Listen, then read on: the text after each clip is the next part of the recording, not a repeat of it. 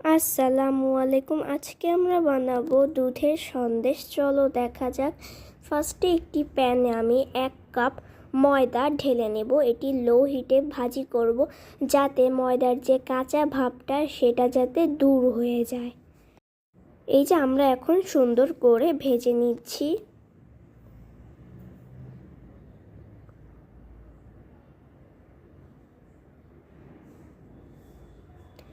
আমাদের কিন্তু ময়দাটি কিন্তু ভাজা হয়ে গিয়েছে। এখন আমরা একটি বাটিতে সুন্দর করে ঢেলে নিয়ে একটা সাইডে রেখে দেব এটি।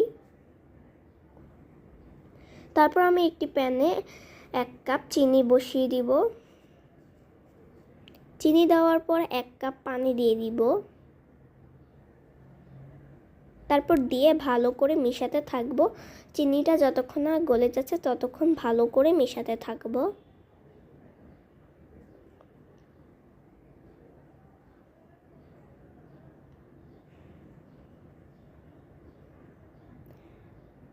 এটি কিন্তু 1 তার 2 তার হয়ে গেলে বুঝতে পারবেন এটি হয়ে গিয়েছে, কিন্তু আমাদের এখনো হয়নি।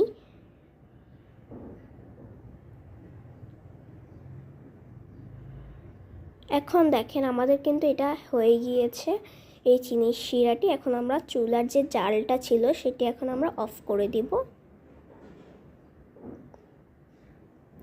ভিডিওতে যে প্রসেসিং করা আছে সেই প্রসেসে করতে হবে। এখন হচ্ছে আমরা 1 কাপ গুঁড়া দুধ দিয়ে ঘন ঘন নাড়াচাড়া করব, যাতে এটা না দলা ধরে যায়, দলা পাকা যাতে না ধরে।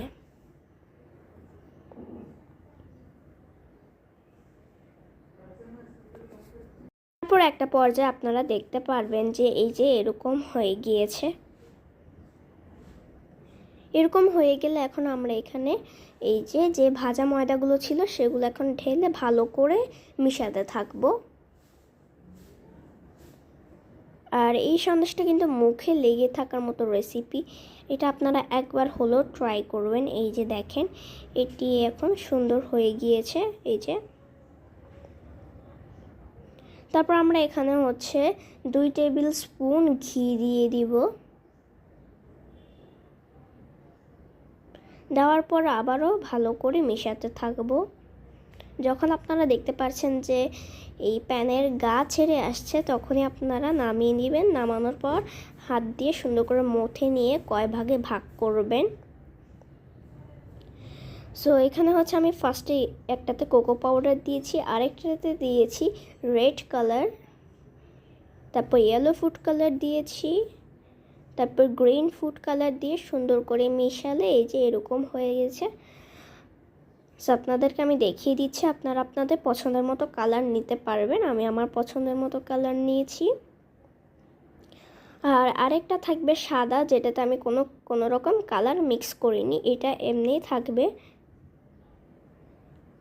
আরেকটা হচ্ছে আলাদা করে সবুজের একটা ডো রেখে দিব।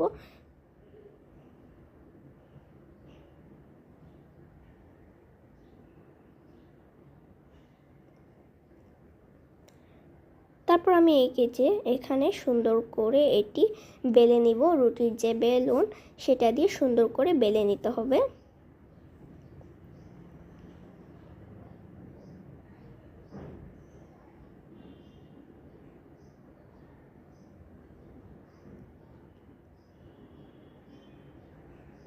তারপর আমার যে কোকো পাউডারের ডোটি ছিল সেটি এখন আমরা ফোল্ড করতে থাকবো। এভাবে করার পর এখন হচ্ছে আমি সবুজ ডোটি দিয়ে দিব, দিয়ে আবারও ফোল্ড করব এটি। তারপর আমরা রেড কালারেরটা দিয়ে দিব।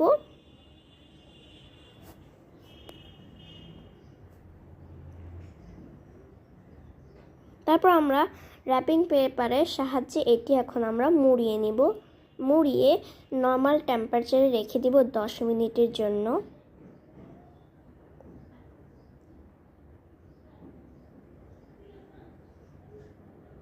এটা কিছুটা সেট হওয়ার জন্য আমি এখানে 10 মিনিটের জন্য রাখতে হবে।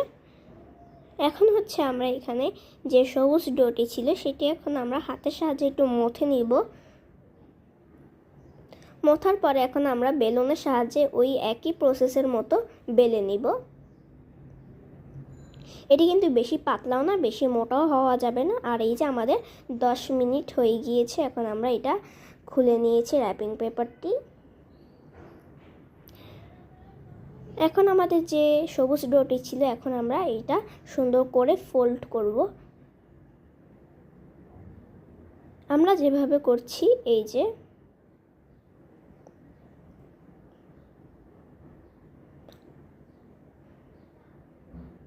আর এই যে আমাদের এটি কিন্তু মোড়ানো হয়ে গিয়েছে।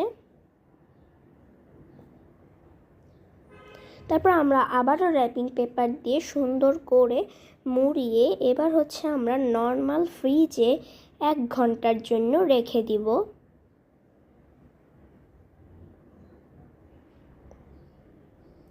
আর এটি যেহেতু একটু বেশি মোটা, তাই আমি এটা চিকন করব, কারণ এটা যে সন্দেশটা যখন কাটবো, তাই এটা সুন্দর হওয়ার জন্য এটা চিকন করতে হবে।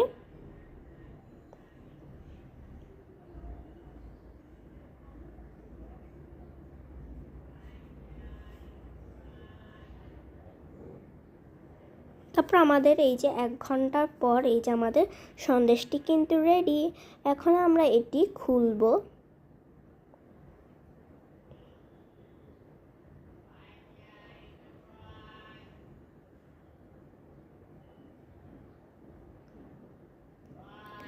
আর এই যে আমাদের রেডি দুধের গুঁড়োর সন্দেশ।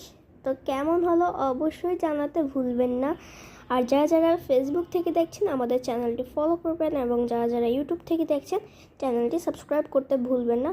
মাশাআল্লাহ, দেখেন কেমন সুন্দর হয়েছে, দেখতে যেমন অসাধারণ, খেতে আরও মজাদার, মুখে লেগে থাকার মতো এটি রেসিপি। সো আপনারা একবার হলো এটি রেসিপিটি ট্রাই করবেন।